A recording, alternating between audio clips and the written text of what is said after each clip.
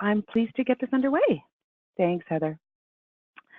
So thank you for this opportunity. I know that both Diane, Tammy, and I have chatted for quite some time about some of this work, and I know a little about the work that you all are leading in Ottawa, and certainly keen to know more as our call unfolds.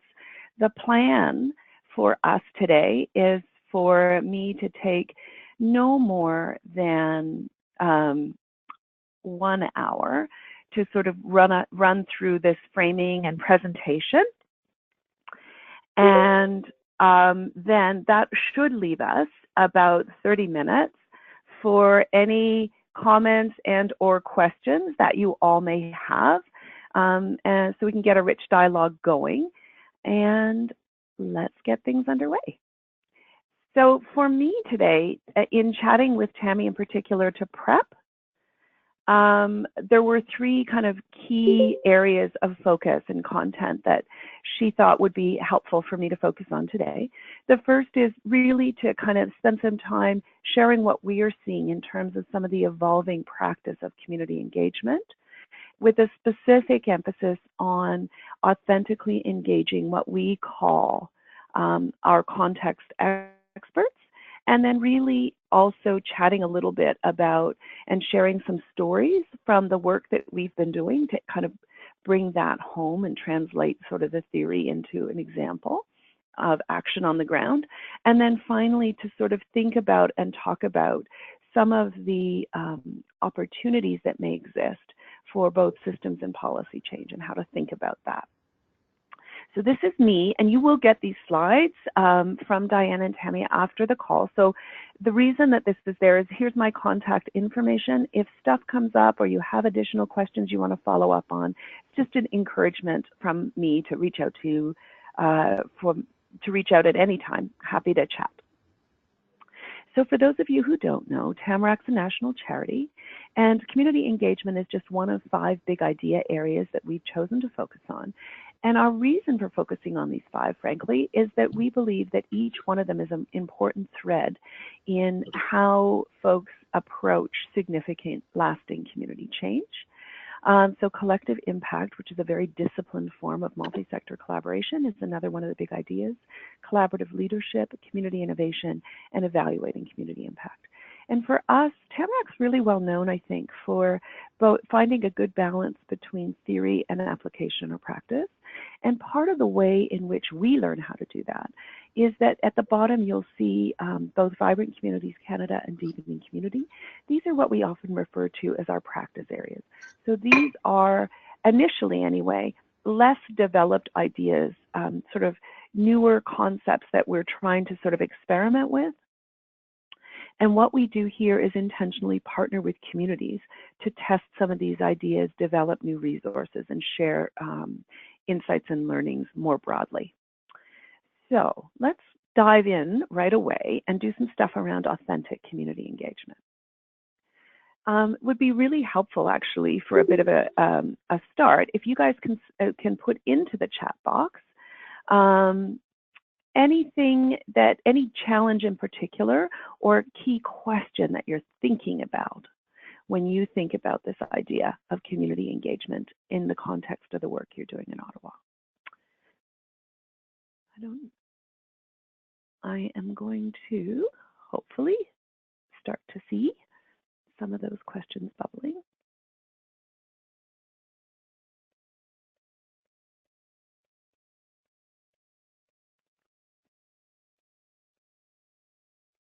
Okay.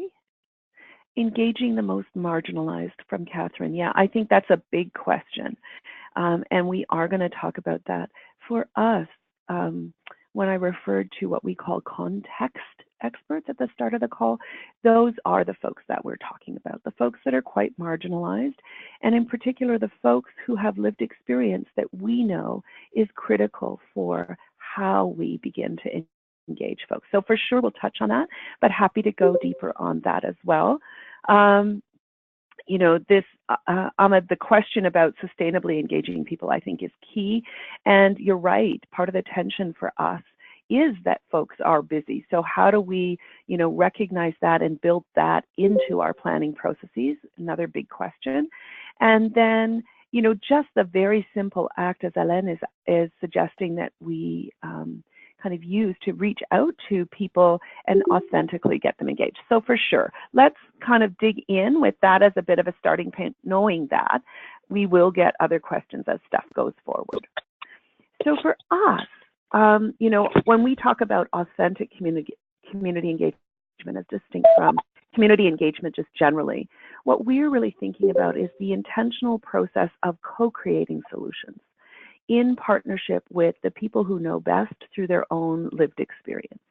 Because that is for us the best form of engagement and the most promising, frankly, to come up with innovative and impactful solutions to some of these complex issues we're talking about. But here's our collective challenge. We've been following quite closely the work of Community Foundations Canada that partnered with Angus Reid and really has started to track the levels of people's sense of belonging. So you'll see that the first 32% of Canadians do say that they feel like they have a strong sense of belonging in their community, but a larger percentage, 38%, feel that they don't have a stake in their local community. And this is problematic for all of us if we're thinking about community engagement, because their subsequent data has shown that people who do not feel like they belong are significantly less likely to get involved in the life of the community.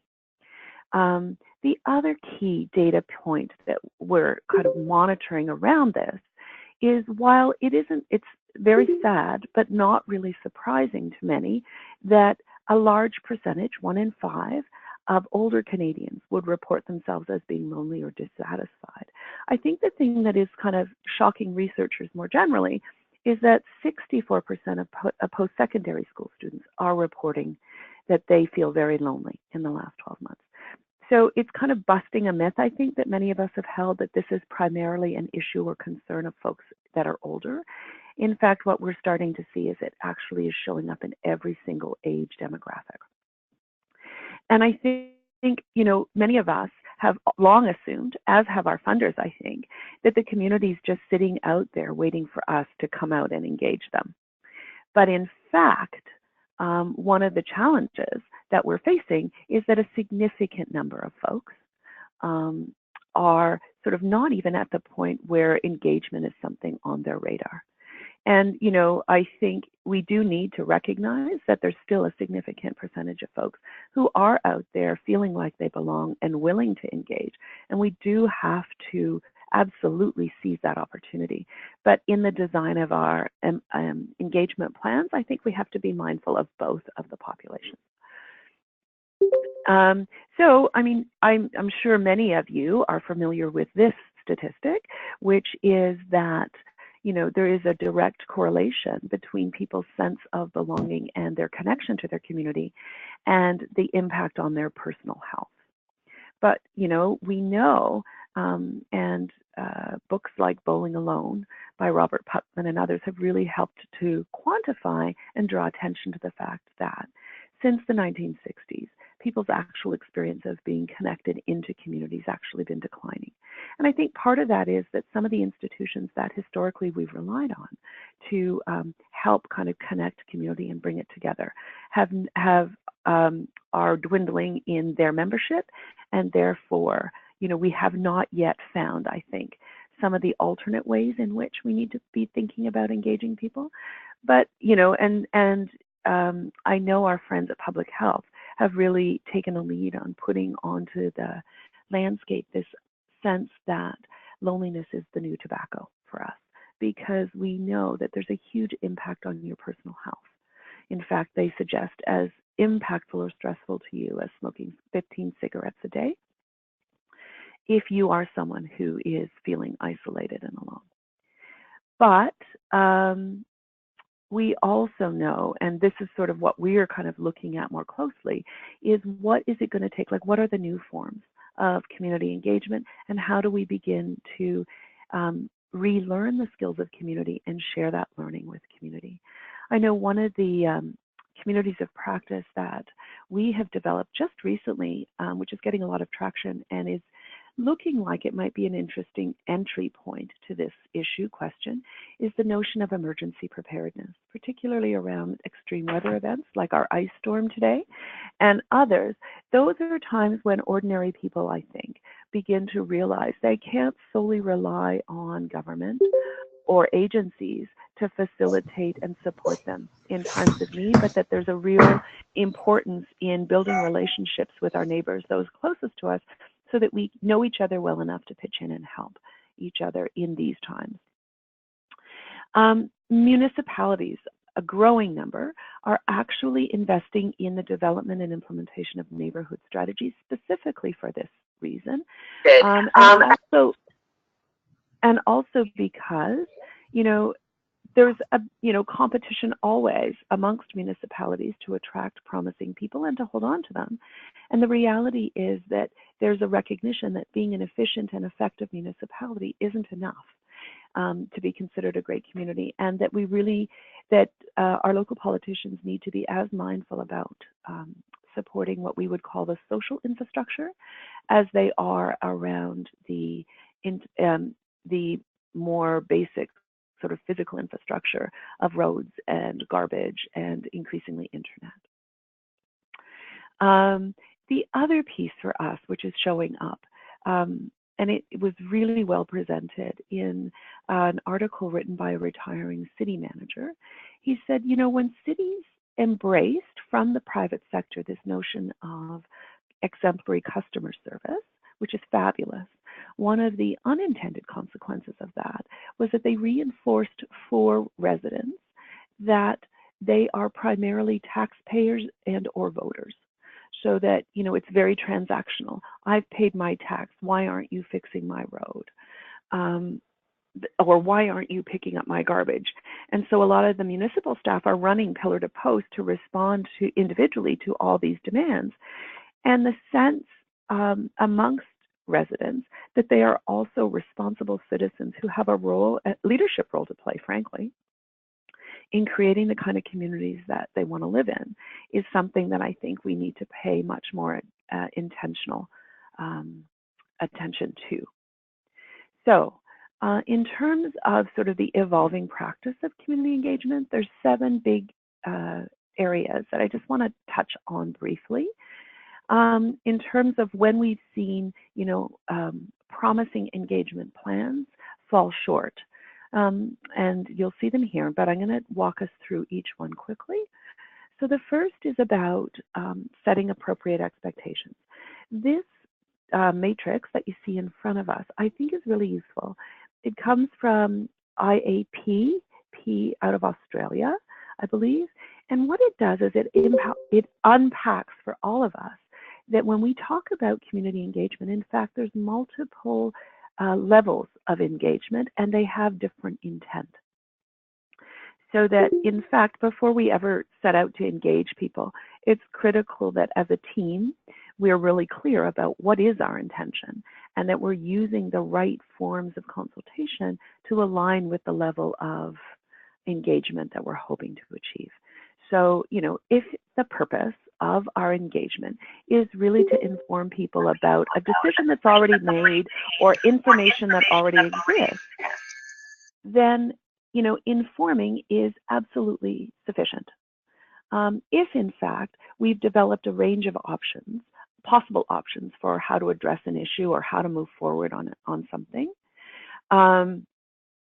then consultation sort of fits the bill. So it's really sort of bringing folks together, presenting a number of different options, and asking for their specific feedback on any one of those options. Involving is slightly different. So this is about us not waiting till we have a range of possible answers, but rather presenting the issue or problem to folks that are impacted by it, and really working alongside them to both deepen and challenge some of our assumptions about that issue and solutions, and getting them to co-create the solutions with us. Collaboration takes it a little bit further and says, okay, so you've helped us those who are impacted by this issue problem, to understand it better. Can we engage with you and have your continued help to actually solve this problem? And then lastly, there's the option of looking out there in the landscape of your community, always with the view that, you're never walking onto a blank slate. There's always good stuff happening, and there's always good leadership in different pockets of the community. And so it's reminding us to take time to sort of get to know that landscape and look for those groups that are already caring about working on or leading initiatives connected to what it is we're wanting to engage on, and asking them how we might be able to support them. So the key piece always is about building relationships of trust. And in our experience, the trust breaks down at the beginning if we're not clear about the intention behind our engagement, and then using the appropriate strategies to make that happen. So education is a key piece of authentic engagement. But the piece here that I think is critical in this definition of engagement, or this element of engagement, is that notion of both making sure that the community is well informed, but also to being open for that bi-directional exchange of information.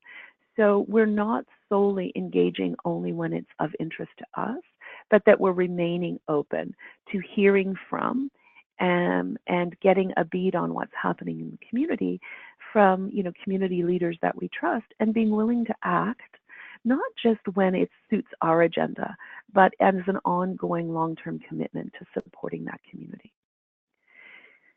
One of the big pieces around education is also really thinking about how we might engage and keep the community informed, and recognizing that that task is a challenge, particularly in today's environment where there's so much information and so much clutter, that really the challenge is less about, what's the vehicle we use to get the message out, but how do we present the message in a way that sticks, in a way that kind of overcomes the clutter and jumps to the front. So you'll see in those bullets below, the power of humor, the power of video and infographics, that kind of thing, as well as being mindful of the channels, and really also not losing sight of word of mouth and how we empower people who are receiving our information to take and transmit that information beyond themselves. Another key lesson around a commitment to authentic engagement is being really mindful about closing the loop. So this is the piece which, if particularly when time and or resource feels strapped, that we often drop, which is, so we've engaged the community, we've gotten from the community what it is we need from them, but what is our commitment, and in what ways have we planned for and followed through with circling back and informing the community about what we've learned from this broad-based communication and where we need to go next with it. So a couple of tips for how you do that: just the simple act of saying thank you, being really clear about letting people know how we took their information, how it was synthesized with messages that we heard from several others, what the key themes might have been that have emerged from that process, and how the feedback and input that they've shared is going to be used by you. And so, you can do that in fun ways with video, again, with other things. And it almost always requires multiple channels. Here's a great example, comes from the city of Leeds in the northern England. So this is a multi-sector sort of collective impact project focusing on youth. And what they have done is zeroed in on their primary objectives as a collaborative, and they call those their obsessions. So in any week, you can go to their website and get a latest update on how are we doing as a community against those obsessions that collectively we've agreed are the ones that need the most focus. Are we doing well? Are we not? So it's a level of accountability, but also continued engagement that reminds folks we're serious about taking action, as we said we would. I love this framework. So it comes out of the UK, a consulting group out of the UK. And what they are really helping us to see, as you can see from that graphic, that engagement is, while we have really focused up here in terms of engagement, the focus of engagement being around informing decisions, in fact, that there are two other important purposes to think about around designing an effective community engagement strategy. The second one is building capacity within both our organizations and also within the communities, and also about strengthening relationships with leadership in the communities. And it really should be about increasing knowledge, empowering local groups, and ultimately, if we do that well, what we're doing in the long term is strengthening the resilience of the community to do for itself. They actually have a really great resource that unpacks this triangle a bit more and has a matrix of a range of different engagement strategies that align with the different points of the triangle. So we talked about this, and I think this is your question from the chat box in the beginning, which is how do we think about and recognize that there are different forms of expertise that are equally critical to a successful engagement effort.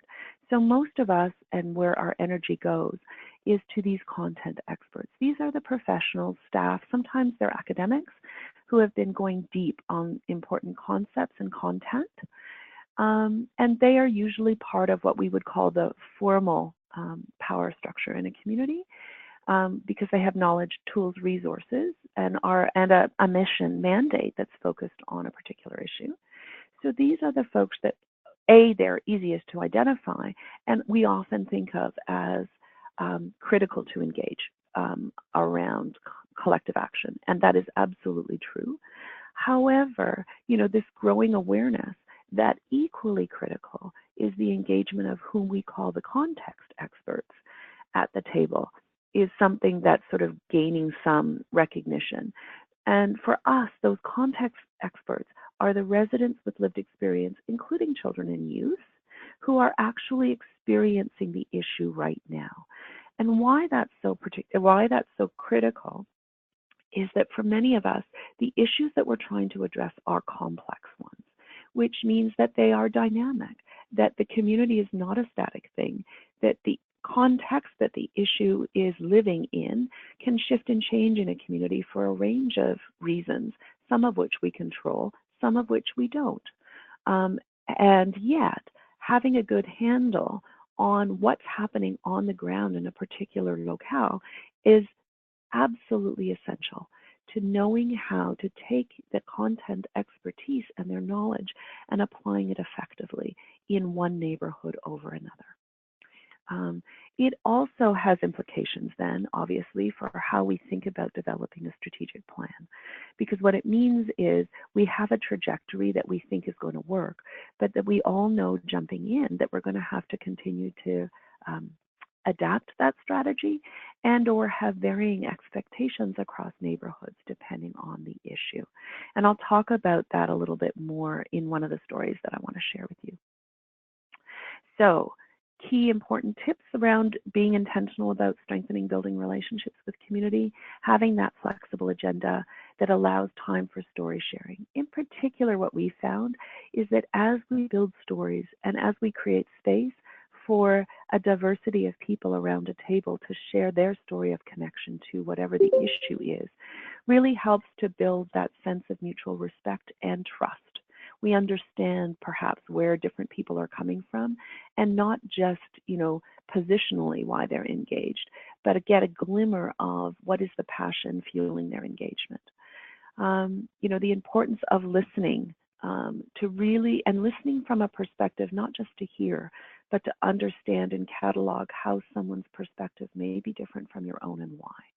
Because I think the degree to which we as a collective group can listen well to each other and each other's experience of an issue really helps us all develop a richer appreciation of the issue and therefore from there generate a much more robust range of strategies for how to come at that issue. And this bottom bullet is really about reminding us that we're listening as much for where there's convergence, where there's consensus, where there's a shared interest, as we are what keeps us apart. Um, so for us, we these terms buy-in and ownership get bandied about quite a bit. And I know, sort of where we put sort of our need on the community engagement continuum that I showed you at the beginning certainly influences this. But for us, it's sort of like buy-in is that we have the answer, or we think we have the answer, and our job is to sell you on what we're recommending, or whatever of the three possible pathways are that seems to get the most support. So we're really trying to sell others on an idea that's already sort of pretty much locked down. We may be able to tweak it around the edges, but generally we've made our decision. Ownership is the real thinking that we have a general trajectory, but in order to know which strategies and approaches will be most effective, we actually have to invest time in building understanding and relationships with those experiencing the issue, problem, opportunity, so that they in fact share ownership alongside us in addressing the issue together. So just what I articulated here. So, those first two columns of this continuum really speak to buy-in, where the balance three are really the space that we focus on when what we're interested in, frankly, is this notion of shared ownership. So this piece here is less about doing for the community, more about doing with the community and supporting community-led initiatives. So the next kind of theme that we want to really draw folks' attention to in terms of authentic engagement is, in order to authentically engage folks with lived experience, those context experts, what we have to do for them and for us both is to really commit to an asset-based approach, where yes, they may be a key audience that we're hoping will be positively impacted by the work we want to do together, but we'll never get their full engagement, participation, and understanding if we're not willing and able to really see and model and demonstrate the assets that they're bringing, what the gifts, knowledge are that they bring to the table, and value it equally to that of our content experts. But in order to do this and do this well, we have to start by sort of challenging some of the default mindsets that I think many of us have been trained in. And even with the best of intentions, and even knowing all this theory, I can find myself falling into this space all the time, where as the person getting paid, as the one with the mandate, I really see myself as the doer, the one who's responsible for getting it done, and really shifting mindsets and actually allowing our action plans to have the needed time for me to stand more in a catalyst or facilitator role than the one who's actually solely going to own responsibility to implement. But in order to do that and do that well, we also have to recognize at the same time that for citizens, this is a real mindset change and very different probably from much of what they've experienced by way of community engagement up until now. So we need to move them from viewing themselves solely as a recipient of care or service, like a transaction, or solely an information source, to really considering how might they be a participant and ultimately a leader in helping to implement some of the plans and ideas that are coming forward for positive change. This work really comes from the work of John McKnight. 85 he is now, but still going strong and a big proponent of this issue. What I often say to John is, his ideas around being asset-based are completely counterintuitive, like they're intuitive. So people get them, and when you hear that, you go, well, of course. The problem is that they're countercultural. So much of the traditions that many of us come from are about acting in service of needy people, as opposed to seeing these people as folks with gifts, talents, and contributions to bring. So the 7 foundational principles of ABCD, you'll see right there. So obviously, this is moving us more to wanting to move to the shared ownership dimension of the engagement continuum. A list of some of the typical assets we need to think about when looking at a community or neighborhood that we want to work in. And I love these. John really is good about when you're engaging community and getting their thoughts and ideas before we dive into evaluating or developing action plans. We take the time together to divide the possible opportunities for action into 3 buckets. The first being, what can the neighborhood do for itself with the resources that it already has? And it presumes, of course, that that inventory of skills and assets held by the neighbors is something that they themselves have access to. So, you know, I may know my own assets, but I feel pretty powerless as an individual. Where the power starts to take root is when I have a sense of not just what my assets are, but what my neighbors' assets are as well.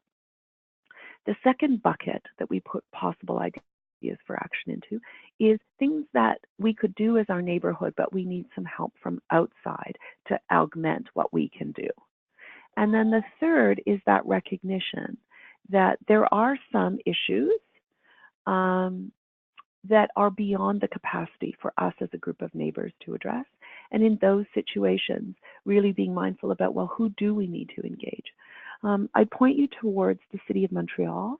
They have a very well-developed and robust neighborhood-based strategy. In fact, about 1.5 years ago, 2 years ago, they mobilized 8 funders to create a $22 million fund over 5 years that they are committed to investing in advancing neighborhood-based strategies in priority neighborhoods, using collective impact as the framework that they're using to get that done.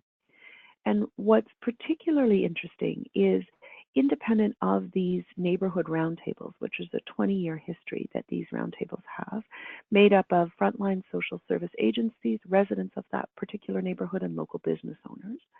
They also have something called the Coalition of Neighborhood Roundtables, which includes the chair and vice chair of every neighborhood roundtable in the city. And it is at that coalition roundtable that issues that are popping up across multiple neighborhoods for them are the sign that need to be handled at a higher level. And so it's the coalition then that works on those issues that show up across multiple neighborhoods directly with key city staff and others to resolve. So really sort of thinking that through and what kind of infrastructure exists there, I think, is an important consideration. Ultimately, Viki Comeau, an awarded social innovator in Canada, has helped us to remember it's really about creating an ecology of caring. And she likens it to the social immune system of our neighborhoods and communities. But she was the one who really reminded and pointed out that, in fact, 80% of the care that most people in Canada rely on today comes from a friend, a neighbor, and or a family member, not from a paid organization. And one of the things that's particularly challenging for all of us is that informal organic circles of friends, neighbors, operate in a very different way than frontline agencies do. So where frontline agencies are very hierarchical and have often very clear guidelines to work within, neighbor networks are much more flexible and organic and informal. And so part of the tension inherent in this is there's real value in those organic natural networks of caring, linking up intentionally with the formal agencies that are delivering care, but not in a way that either one expects the other to behave as they do. Rather figuring out how they can dance together better, recognizing those contributions that may or may not be available for one person versus another, and having some adaptability in the kinds of services we offer that's reflective of the kinds of supports that are already there. So Paul Bourne, president of Tamarack, did a deep dive into understanding this new world where some of those traditional structures to help foster engagement are eroding, and zero in on, and he interviewed over 500 community engagement folks to help tease out what are the pillars of really deepening people's authentic experience of community, and zeroed it down to 4 things. We have to share our stories with each other. First and foremost, I have to know you, and I have to have a context where I can start to trust you. then, it can often be as simple as making regular time to have fun together. There's a great community developer, Jim Deers, who often says, why on earth would you host a meeting when you could throw a party? Because people are much more keen to come to a party than they are yet one more meeting. So charging us to be a lot more both creative and fun-loving in our approach to engagement, but also recognizing the value of engagement for engagement's sake.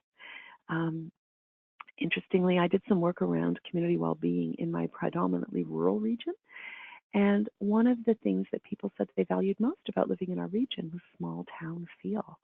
Well, we held all kinds of focus groups to really start to unpack what do people mean when they're talking about small town feel. And actually what it came down to was there are opportunities for me to rub up against folks that I, work with or that my kids go to school with, but I see the teacher that, is teaching my kid. I see her in the grocery store. I see her at the gym. I see her in multiple places. And the other area where sort of the value of having fun together that contributes to this sense of small town feel and a sense of belonging to community are community festivals and events. Huge, powerful way in which people have a reason to come out, they have fun, and yet they leave feeling connected. Paul will argue that, you have to do these first two bullets well before we can get to a place where we're actually taking care of each other.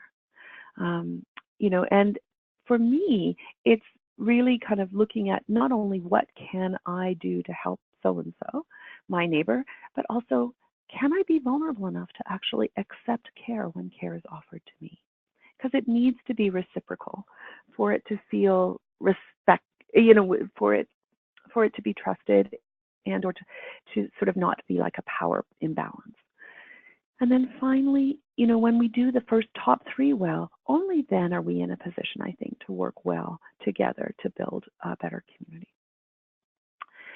So we talked a little bit about this earlier. The power of conversations are particularly important when you're bringing folks with lived experience together with deliverers of service. Community conversations are critical because they help us both understand each other better, and they are sort of something that we all have experience with, and therefore it's not, that there's a formula for how to do this or perhaps doing it wrong. So let me share with you then a story of how we've been playing with this at Tamarack. And it comes from some work we've been doing in two neighborhoods in Baltimore. Both are what would be considered priority neighborhoods.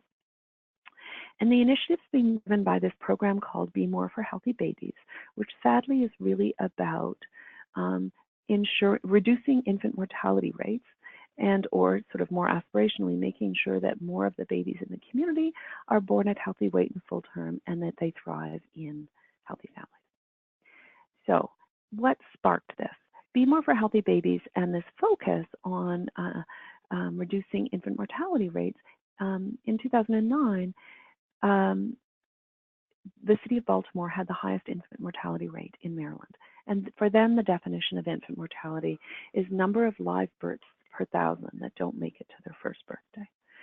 Now, you got to know, Baltimore is a hop, skip, and a jump from the White House, and they had the fourth highest rate of infant mortality anywhere in the U.S. It's an incredibly racial issue, as you can see from those data points. And what they know is that there are sort of three primary reasons in the data for why infant mortality happens. The first is congenital birth defects. The second is low birth weight. And the third is unsafe sleep practices. But what's interesting is while those are the national three, in terms of prevalence, in priority neighborhoods, it is the same three issues, but their prevalence is completely inverted. So low birth weight is the number one reason in priority neighborhoods as opposed to the third. Unsafe sleep is the second, and congenital birth defects is the first. So by 2014, through a very intentional effort to bring providers at the local level much more into a space of working collaboratively and mutually supporting each other, they had made huge progress, as you can see from the data there. But what brought them to a focus on community engagement was the recognition that in order to continue both to sustain the progress that had been made, but also to move beyond that point, required them to really think about how did they engage the residents of these priority neighborhoods in this same struggle, because they themselves were hitting the wall in terms of what they could do solely alone as a network of agencies. So what they decided to do with our help was go deep on understanding community engagement, and then ultimately in each of these 2 priority neighborhoods, one of which I'm going to feature here, they decided to host community conversations with residents. In those conversations, they were very, very intentional about doing a couple of things. One, they wanted to try and see if there was a consensus across the neighborhood about the kind of aspirational vision that these folks in this neighborhood had. Often they couldn't articulate it for themselves, but they sure as heck could articulate it for their children and their grandchildren. Once that aspirational vision started to take shape, the next kind of question that these conversations aim to kind of pull data out around is, okay, so if that's our vision, what are some tangible projects that if we saw those happen in this neighborhood, we would feel fairly confident that we were moving from where we are today towards that aspirational vision? So again, over time, a bit of a consensus started to bubble forward around what kind of those priority projects might be. And then the third piece that they really focused on in these conversations was getting the folks in the neighborhood to begin to identify what their resources, knowledge, skills, assets were that they might be willing to share in support of advancing some of these priorities. What they found was really interesting when they first started to do this in some of these community conversation meetings. These folks in this priority neighborhood had been so well schooled in needs assessments and deficits that they had an extremely hard time actually articulating that they had any assets to share. And what seemed to break that kind of that sort of stuckness was actually community residents calling out each other around, oh, you are the one who I always know will be the one to go to do blah, blah, blah. Once they started naming it for each other, it actually unleashed, to the shock of the community hosts, this groundswell of identification of wealth, abilities, talents, resources within what typically, and they themselves considered to be a priority neighborhood with very little. What I love here is the creativity of the local team of neighborhood action leaders, because they recognized in this particular neighborhood of Upton Druid Heights that the barber shops were a key meetup spot where people spent a lot of time having conversations with each other. And they really leveraged the local barbers in the neighborhood to co-host a number of these conversations. So what came out of it? This is sort of the consensus that started to show up around sort of what the shared vision of the community would look like. These were some of the skills that started to show up amongst residents when they kept asking these questions. I love some of these comments. You know, I design dresses. I can help young girls get ready for the prom. I have a Sam's Club card, which is like a Costco card, but I don't have a car. But I'd be happy to share my membership if someone would drive me there. You know, those kinds of things. And, you know, it's only when we begin to make these skills assets visible that some of these resident-to-resident connections can be kind of nurtured and fostered. So what did they come up with? This is a typical street in the Upton Druid Heights neighborhood. They wanted neighborhood beautification. They wanted a real emphasis on safety, real focus on local economic development, you know, a community that supported its families and young kids, and more recreation and leisure opportunities.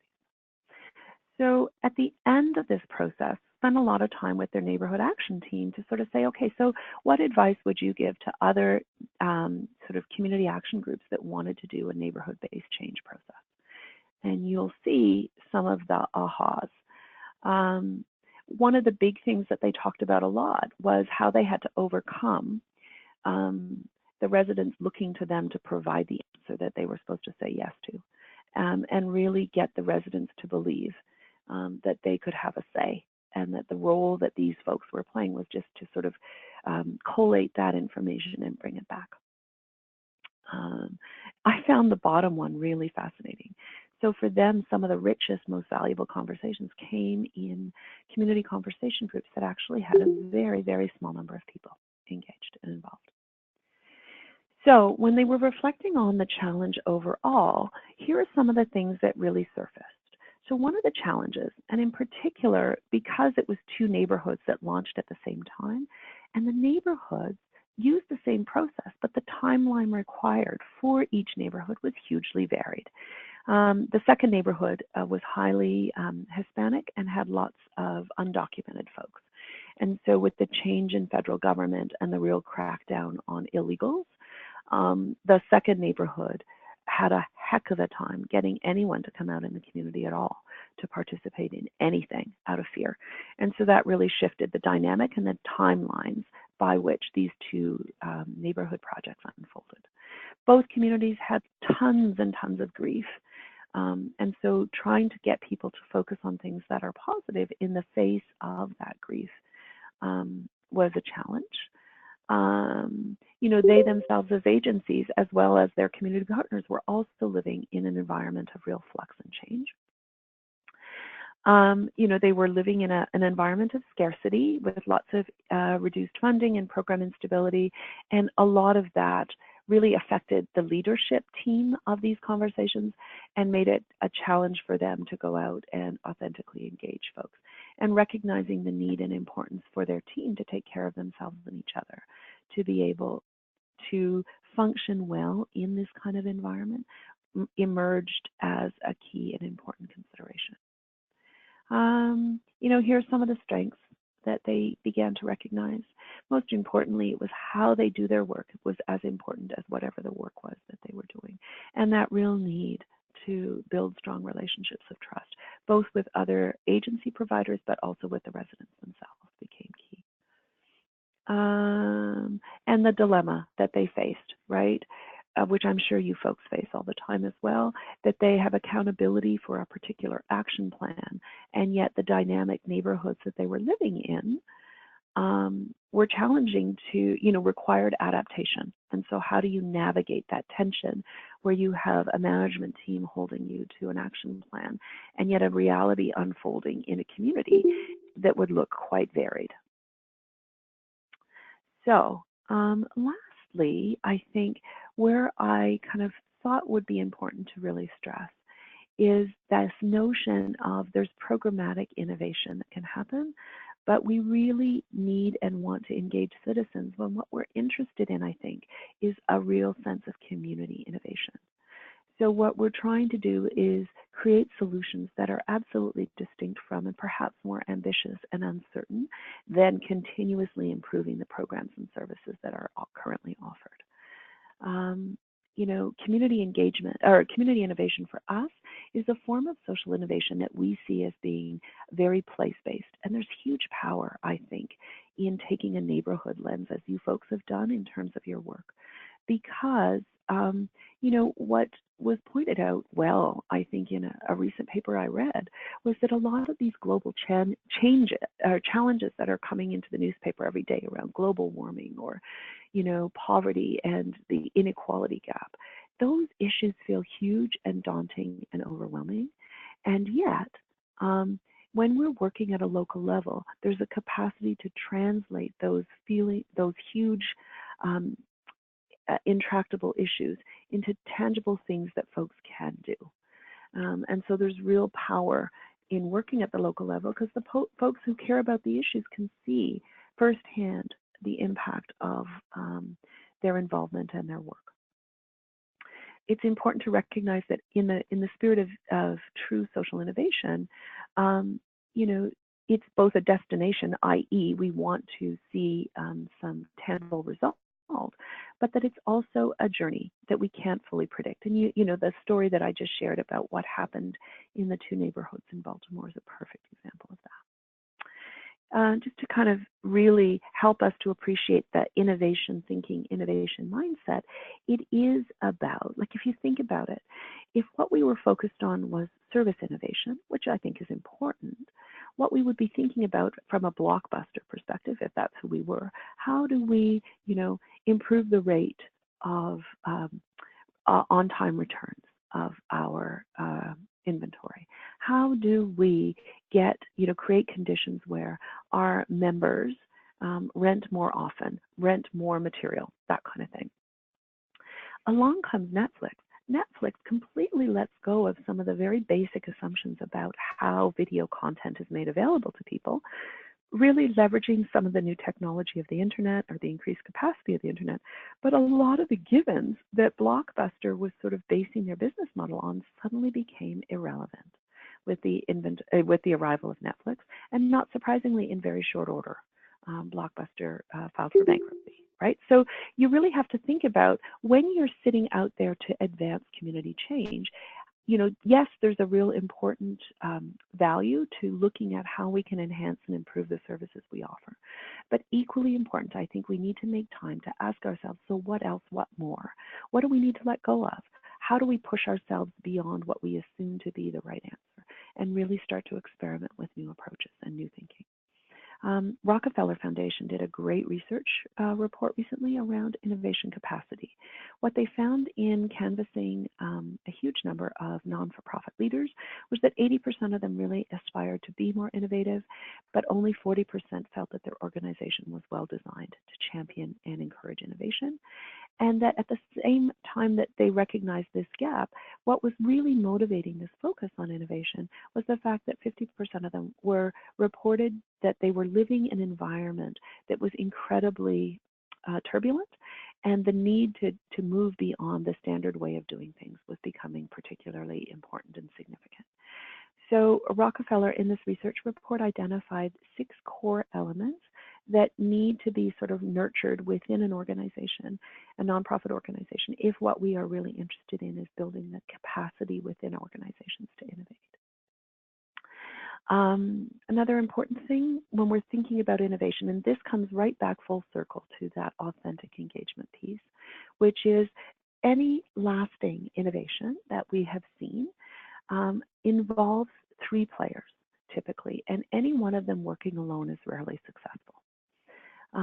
The disruptive innovators is the first, and so these are the folks that Al Admansky, whose work this comes from, talks about as the passionate amateurs. These are the folks that most often are motivated by necessity and inspired by love. Perfect example would be the 2 founders of Mothers Against Drunk Driving. What inspired them to create this, what ultimately became global movement, was that they lost children to drunk drivers. And they were determined that that should not ever happen again. What's powerful in what they bring to this conversation is they challenge that the way things have always been is the way they have to be. And so they are the ones that are the agitators for that real disruptive thinking. But sadly, they can often be perceived as a threat to the system because they are, passionate. They can be easily dismissed as wingnuts and that kind of thing, because the system as a system is pretty rooted in being continuing on as things have always been. So it's easy when they're working alone to disregard them. That's why you need the second group, which are known as bridging innovators. So these are the intermediaries. Often they're funders, but they're not exclusively funders, okay? And what they do is they recognize the essence of the message that the disruptive innovator is bringing. They recognize and validate that it is a critical message, and they leverage the resources, credibility, and trust that they have with the formal organizational systems to bring that disruptive innovator's message and the disruptive innovators themselves into partnership and collaboration with the organizations, to really start to kind of till the soil, if you like, create readiness for, more challenging ideas to be brought to the fore. And then finally, there need to be receptive innovators. So these are like closet rebels within any organization, and they know that the way things are always done isn't good enough. So they're always kind of the ones ready to take a risk and to bring the ideas of the disruptive and bridging innovator forward to their organization. They also, on the sidelines, can also coach the other two around, okay, you need to speak to folks in this department, or now would be a good time to present this issue, right? Because it's going to have, people in our organization are ready to hear it now. So they're kind of the internal champion for the idea. And at whatever level, whether you're a receptive innovator, a bridging innovator, or a disruptive innovator, these are some core skills that are really required if one is interested in cultivating some lasting sort of social innovation and change at the neighborhood and community level. But what we find is that sometimes the funding for innovation can be a bit of a challenge. And in fact, most of the funding that is available falls into the trap of, holding innovators accountable for outputs, results, indicators, when in fact the very need for innovation suggests that we may not have the answer, or we can put these things down, but the likelihood that they're going to be the end product, if we're doing innovation work well, is highly unlikely. So that's why most of the innovation that we're seeing ends up being an improvement of existing programs and services and less around a real disruption in the way things have always been. The recognition, because this notion of funding innovation, R&D, is very, very common, and nobody blinks at it in the for-profit context. One of the unique tensions around bringing these ideas and thinking to the nonprofit sector is that the recipient of service and the funder of service are distinct from one another. So if you think about the for-profit context, if you design an iPod and suddenly everybody's buying it, that's a really good sense that your innovation has traction because the end user is willing to put his or her money on the table to purchase it. But that sort of correlation isn't necessarily as clear in a nonprofit context. And then I think the final kind of observation is that there really needs to be an intentional investment, not just in funding innovation individually within organizations or communities, but in fact, there needs to be an intentional investment in creating an innovation infrastructure that embeds this kind of thinking and practice into our nonprofits and communities across the board. This is just a quick kind of summary around when you've got a great idea, that's half the battle. And then the other half is how do you replicate that idea, scale up. Scale is the idea that people are use the term they use. It's how do you take this great idea and have it be replicated enough times, spread broadly enough that it actually has long-term, lasting, shifting, changing impact on the system as a whole. And research points out that there are 3 different strategies, predominant strategies for how that happens, which are here. So that, in a nutshell, is sort of my take on what Tammy and I were talking about in terms of this work. What do we mean by authentic engagement? What do we see as some of the challenges? How it ties to the need for innovation and some of the stories and power around just taking time to invest in conversation when we don't necessarily know what the outcome is going to be. So I want to open it up for the 30 minutes that we have left and invite you all to either come off mute and just speak, or if you're not there, you can certainly type it into the chat box as well. Sharing kind of comments, issues, questions, clarifying things that are bubbling. And would love to hear from folks around how this kind of aligns with the work that you're all doing in the world.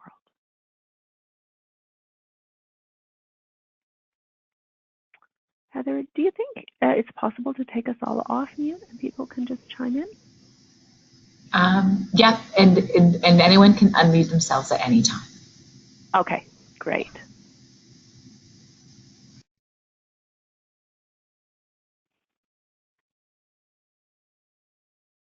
I see in the chat box Marlene joined late and was sort of questioning whether the materials would all be shared. And in answer to that, yes, absolutely. Thanks, Ahmad, for your comment about the presentation. I was thinking, one of the best, you were talking about authentic engagement and how you do it well. One of the best interesting examples that I just learned about and am keeping an eye on, that really, I think, works well to get out of the tokenism that we often fall into when we engage folks with lived experience, is a group in Vancouver called Inner City, or Exchange Inner City, I think it's called. And they actually, the city of Vancouver, funded a convener whose role was to pull together the folks of the downtown east side, which is a priority neighborhood, as many of you know, in Vancouver, and actually invest time building consensus and connection amongst these diverse neighbors to kind of come out with a bit of a common voice around issues, and then support them in working with how they bring those messages to the city, making connections between policy decisions the city was making and sort of that which these neighbors felt to be important. They gave media training and that kind of things to interested residents. They did all kinds of really innovative things. And I really love how they've kind of sidestepped this issue of tokenism that we can often fall into. Because when we bring formal agency folks together with folks of lived experience, you know, one of the tensions is, if I'm someone living in poverty, I can speak with authenticity because I happen to be a single mom with 3 kids living in poverty. I can talk about my experience of poverty, but I actually know it's fundamentally different or profoundly different from my neighbor who's disabled and a senior, or from the newcomer family that moved in down the block. So I feel really inauthentic about speaking on behalf of all folks with poverty. And so a lot of groups recognizing this actually invest the time to regularly host you know, networks of folks that they serve and support, to just having conversations. Because when they do that, it's easier to identify who the natural spokespeople might be, but you're also creating the space for people, individuals of lived experience, to hear enough stories from one another that they can start to see the common themes that exist across their experience of poverty, and therefore feel confident about speaking on behalf of everyone, not just themselves.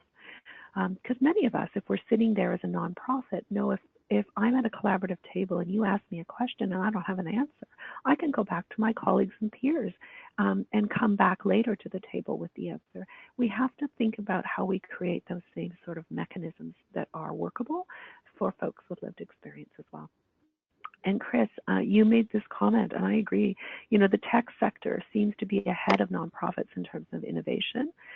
And, you know, thoughts around why more funders, not more funders, are interested in supporting development and holding space for innovation in our sector.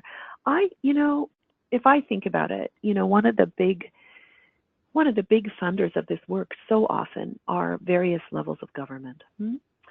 And I think, you know, this environment that I talked about at the beginning of, you know, us thinking of ourselves as voters and or taxpayers, you know, when word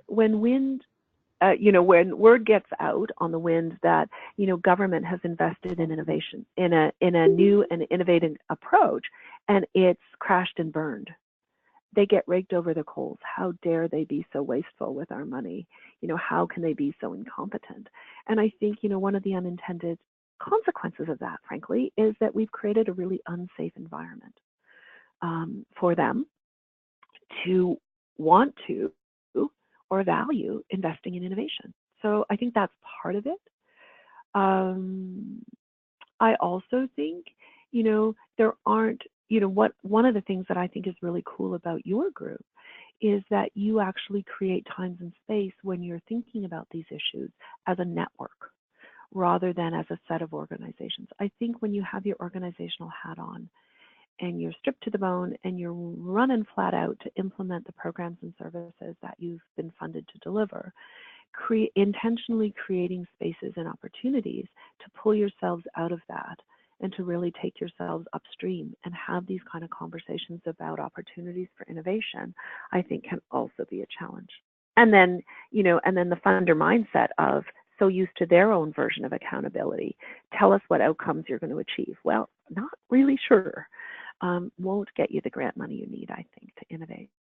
So I think there's lots of factors around that. There was when on that slide with the funders, a lot of this thinking came out of a really great paper written by a Dr.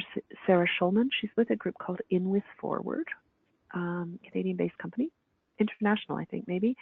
But this was a paper that was commissioned from her by Social and Development Canada, ESDC.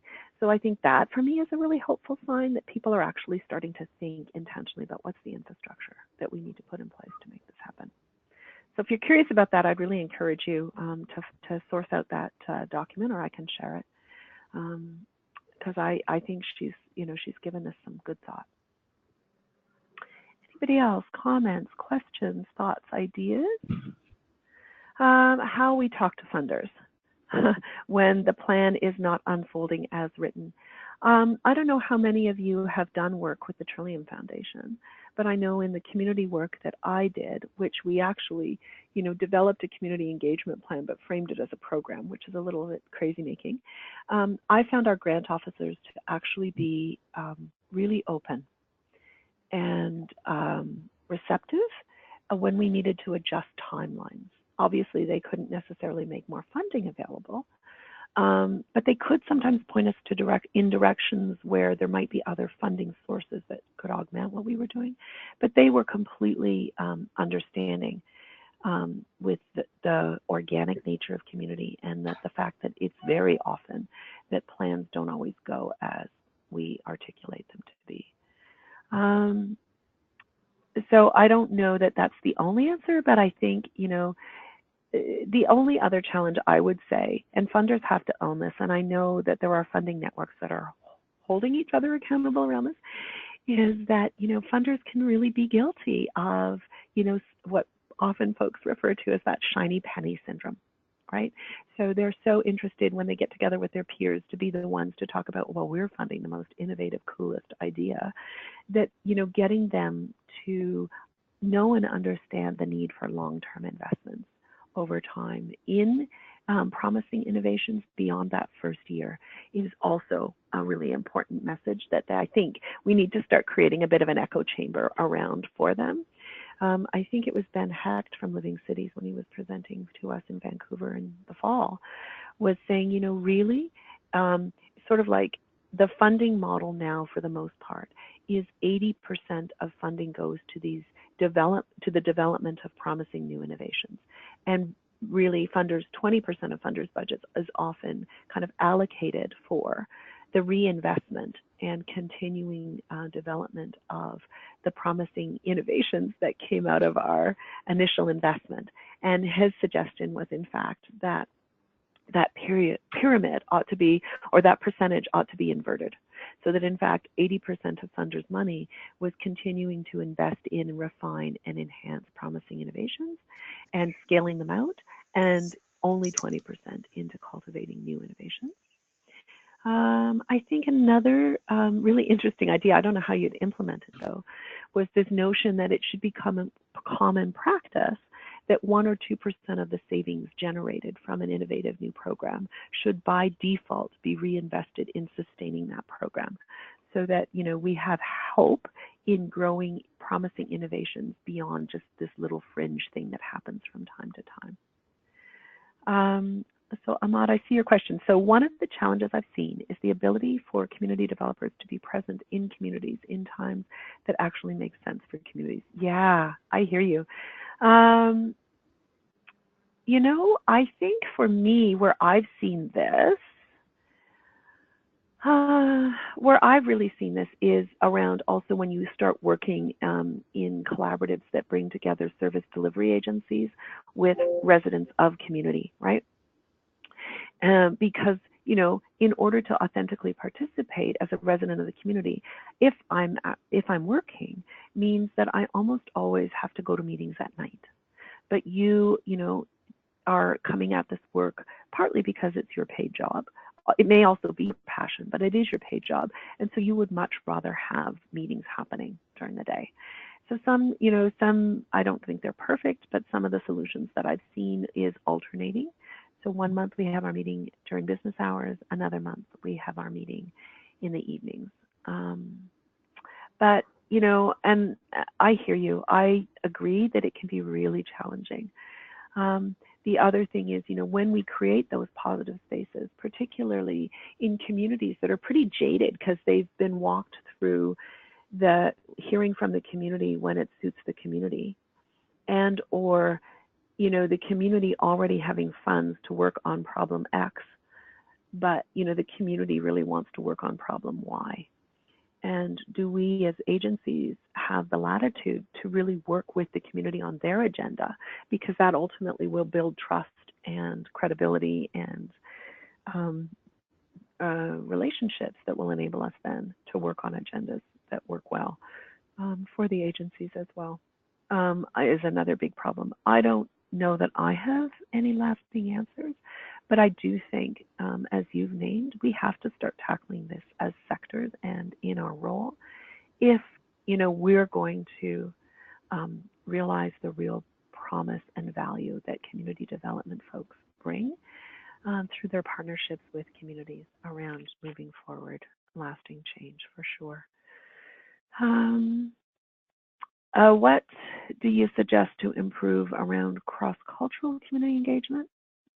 I think for me, it's really this interesting balance between recognizing the need to sort of create resources and materials and whatever that are available in multiple languages, and yet at the same time, and it may start by working with individual cultural communities first and foremost, but then ultimately finding ways to bring various cultural communities together so that they can start to see how, even though they may be of different culture, even though they may be speaking different language, helping them to see and find that there is a commonality of experience and or a commonality of aspiration that they share. And really sort of seeing and learning from each other as well in terms of how different cultural communities kind of build momentum and support one another. Yes, Judith, I talked about that Sarah Schulman paper. You know what? What I will do after this call is I will email it out to Tammy and Diane so they can send it out with the variety of materials. And in fact, one of the papers that I have already shared as a follow-up is the one that I've just written on community innovation, and it has a hyperlink in there as well to that paper. So Ahmad, experience around you know, how much time do you actually need to present in a community, and in what way? And you know, the challenge of in your role being assigned multiple communities. You know, I don't know that there's a recipe for how to do this well, because you know, as I think about and shared the story in Baltimore, you know, we were working with these two networks of neighborhood community developers, and yet what their knowledge levels were and what the timelines ended up being for their respective projects were completely different. So I think in the same way, you know, one community may be more trusting than another for a whole host of different reasons.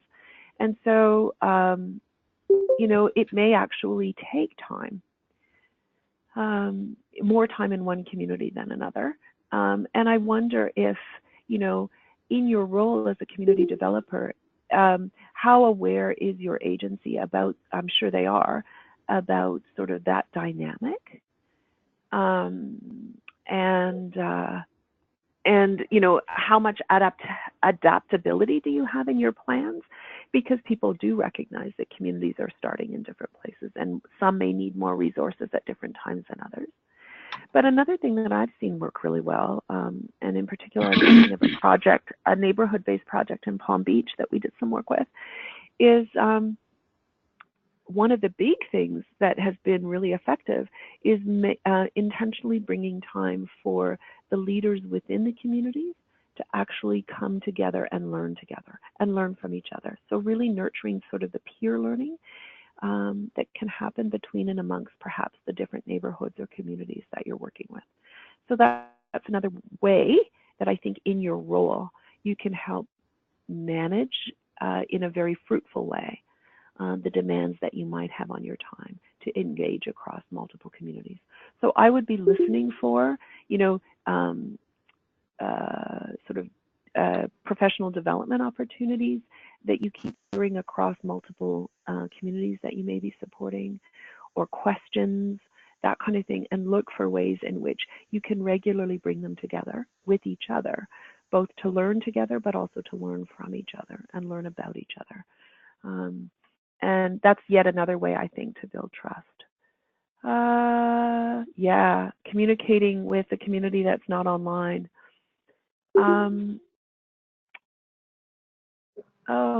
And written content, community newsletters. I know that in the Hamilton neighborhood strategy, at least 2 or 3 of the neighborhoods actually decided that a need to have a neighborhood-based newspaper developed and published monthly was something that a couple of neighborhood residents took on from a leadership perspective. And they kind of write it, they invite contribution from different neighbors, and then there's a process in which a team of them deliver it regularly, whether it's monthly, bi-monthly. I mean, that's one thing. So you're sort of deferring and resident leadership to part of that role anyway, and they were able to both get funding from local area businesses where they existed, but also from funders specifically for that initiative. So that might be, that might be part of it. I think one of the things that's really interesting, I didn't share it here, but there's been some research that says, anyone 35 and under, where they go for their information sources is completely different, or certainly different priorities than folks that are 36 and above. So for the younger cohort, social media is absolutely essential. The older cohort, less so. And so, adding to your complexity as opposed to answering your question, Linda, I think the challenge is that, in fact, we actually have to think about our communication as using multiple channels and not relying on any single channel to do it all. The importance of word of mouth is the other piece, I would say. So being really intentional about how do I leverage the word of mouth capability of whoever's receiving this message. How do I empower them or encourage them to go out and sort of share what they're learning with others in their network? And in terms of funders around that, I mean, I think many funders that are sort of on the ground working in community absolutely know and share that concern that you have. Not sure how many of them are investing intentionally around it. Yeah, so that's kind of, there's a great question here. Nancy just shot it in. Any ideas for different approaches to engage with residents still in reflector observer role versus residents that participate in meetings and prepare to engage? That's a great question, because it really speaks to me around readiness, right? And often people, and sometimes people don't feel and don't want to be the natural leader. They just want to be a contributor. And so, that's one of the reasons why I really like things like the Hamilton Roundtable's decision to sponsor a weekly coffee meeting with folks of lived experience of poverty, where they were kind of coming regularly. And it was through those organic conversations that the patterns that were common across these different folks experiencing poverty emerged, number one. Number two, they started to see, who were those resident spokespeople who felt really confident in that role versus those who, regularly came out to the meetings, held a lot of knowledge, and were waiting to be tapped to roll up their sleeves around particular opportunities, but weren't necessarily the ones who felt most comfortable or were most interested in playing that spokesperson role. So I think, making investments in those kinds of opportunities for regular gathering that are somewhat organic, somewhat unstructured, and don't necessarily have a predictable end other than, translating the voice of an individual person with lived experience into a much more kind of robust network of folks with lived experience in a responsible way that helps kind of balance against tokenism.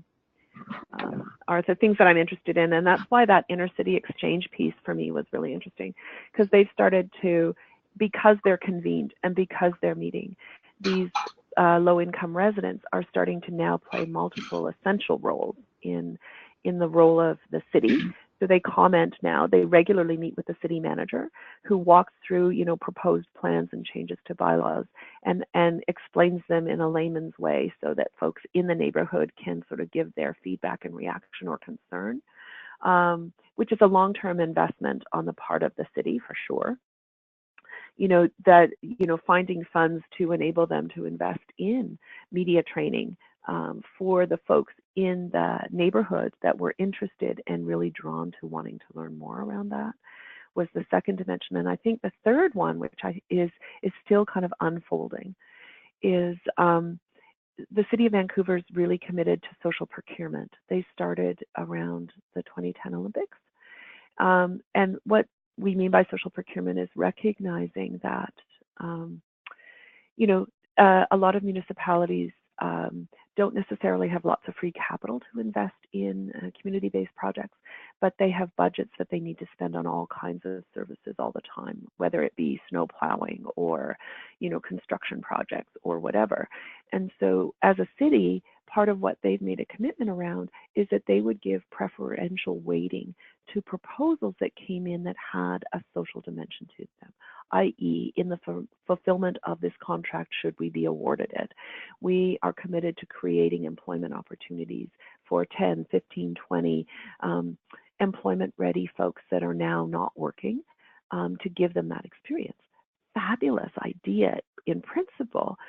One of the big challenges around implementing it, though, was where do those businesses that want to authentically make that kind of a commitment go to source those employment-ready people that they're committed to working with, and learn about what it really takes to make that happen?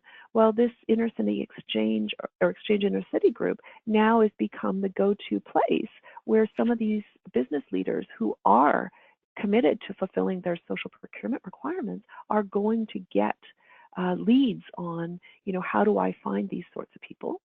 And then simultaneously, the Exchange Inner City is playing a validating role about which of these RFPs actually did successfully fulfill their social procurement requirements versus those that didn't.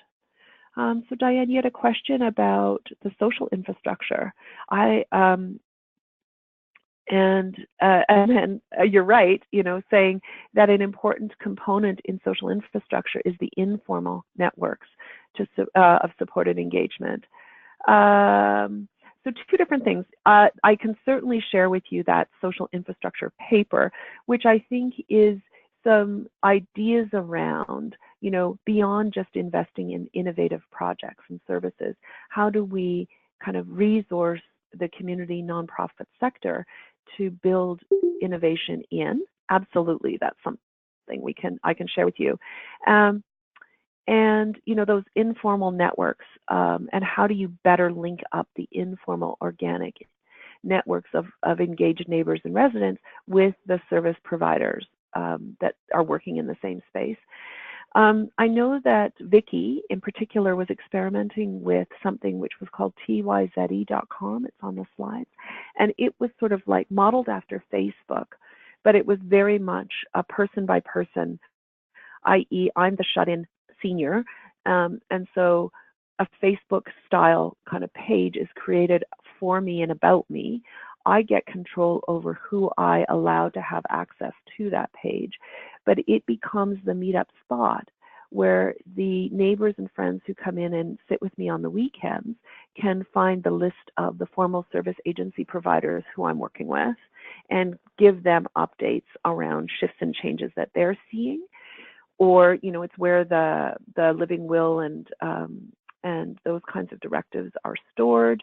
You know, it could be photos of family and contact information of family. Like, it could be whatever, you know, the collective network of folks supporting me as the shut-in feel would be helpful and useful in enabling them to better collectively meet my needs. So that's kind of a different type of infrastructure aimed at supporting better and more effective linking up of the informal and formal systems of support that we often find in the work that we do. So I'm not sure if that answered your question or not, but that's that. Now I'm just going to do a bit of a chime check. I think we have about 5-6 minutes left, and wondered if there was anything else that was sort of bubbling for folks. For sure, I will add to the list of articles and stuff that we spoke about, so that I can share some of the other pieces more broadly. But if there isn't anything else, I just want to thank you all for being such an engaged audience on a small, in a small time frame. Wish we were all sitting face to face, because it always makes it more dynamic. But maybe at this point I'll turn it over. Two things probably before I sign off. I should kind of bring this up. So we've got a couple of upcoming learning events that you might be interested in learning more about. So the first is, I think today, at 1, we're having a webinar where our colleague Mark Kabaj is hosting a dialogue with well-known evaluator, Michael Quinn Patton, on his latest approach, which is really well suited for the kind of complex community-based work many of us are doing. It's called principles-focused evaluation. So really kind of looking at, if we can't go to outcomes, what are the evaluation metrics and measures that we might want to think about and look to validate the impact of the work that we're doing.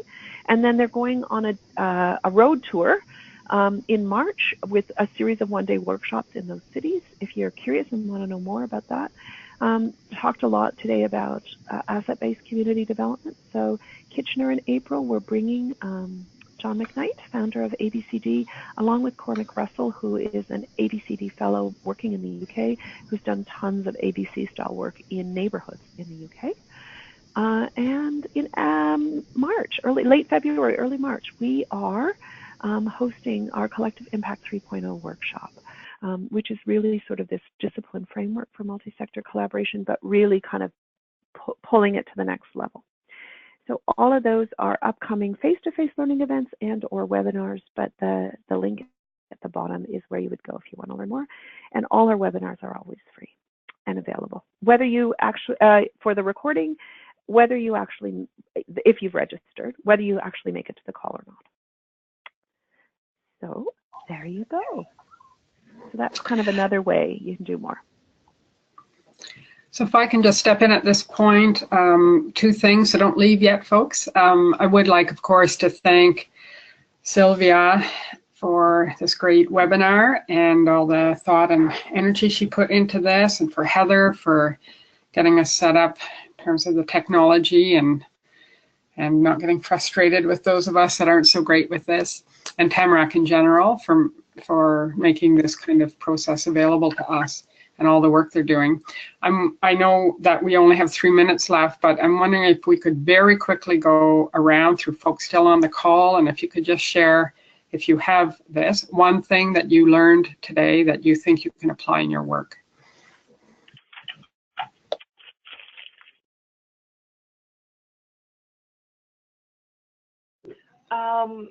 I liked coming back to what I think is the basics, but always proves to be the most tricky and most important, is the idea of sharing and caring in the community and how we can facilitate that.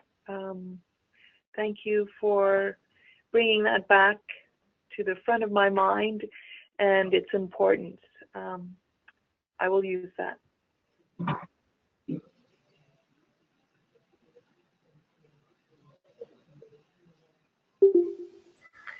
So, Diane, I can share the different concepts of scaling. I think were very helpful.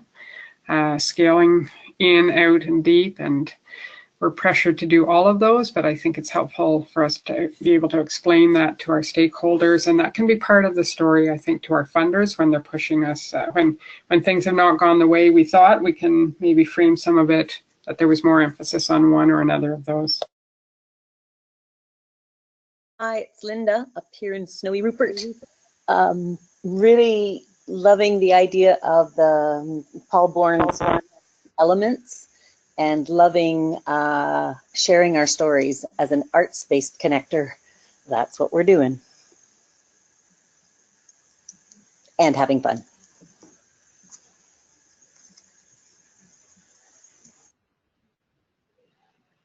I see Judith has chimed in around loving the notion of the 3 types of innovators as well. That's the work of Alec Mansky. So I can share a link to his book as well, because I think that's a great one.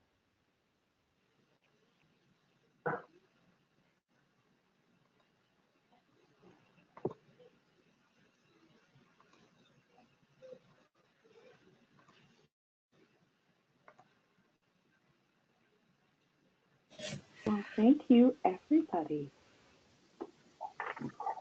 So it sounds like I guess we're done. Thanks again, Sylvia, and for everyone else joining on the call. And thanks for being a great host, Diane. You've made it easy.